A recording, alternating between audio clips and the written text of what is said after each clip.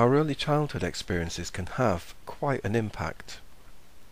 One view, known as attachment theory, proposes that every child needs to form an attachment, a secure relationship, with at least one person in order to feel secure in future relationships. The child develops an impression of itself, others, and relationships as a whole through the lens of this early significant relationship.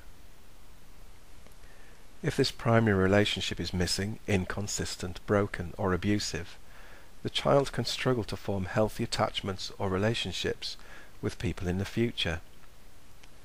The child nevertheless develops patterns of coping and relating aimed at getting his or her needs met.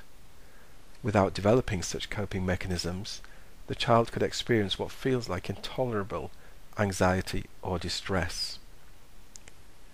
Typical coping mechanisms under these circumstances could involve manipulative behaviours, designed to evoke what the child needs from others to feel loved, to feel secure.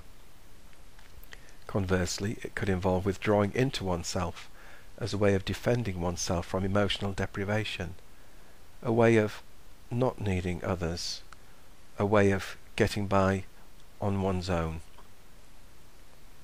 Under pressure or stress, an adult can regress into feelings and behaviours he or she experienced and developed as a child.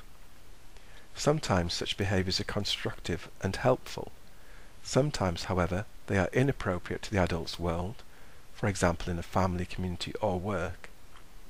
A person can find him or herself reacting in ways that feel surprising, uncomfortable, strange, and yet familiar. Some psychologists have proposed that the notion of God is simply a projection of human imagination, a transcendent figure to attach to, the ultimate parent figure, a compensation for some deep, unmet emotional, psychological, and relational need. It's as if a person can inadvertently confuse their need for an attachment figure with the reality or not of an actual figure. At one level, this hypothesis sounds quite plausible. If I didn't have other good reasons for believing in God's existence, I could be convinced that my faith is a projection, a delusion. However, the fact that a person is able to find security in belief in and relationship with God does not of itself negate the possibility that the source of that security, God, is genuine and real. The challenge I experience day to day is more existential than philosophical, logical. It's about how to believe, trust, hold on to belief that God loves me. It's an internal struggle.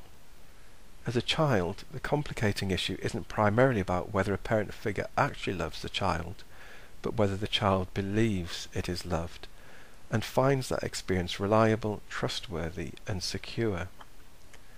And so I wonder how my own childhood experiences of love influence my ability to believe, accept, and trust God's love. I wonder how I might live if I truly knew that love, how I might relate to God, others, and myself, uncluttered by my need to feel secure. I wonder how freeing that might feel, what potential God could release within and between me and others. It's an intriguing possibility.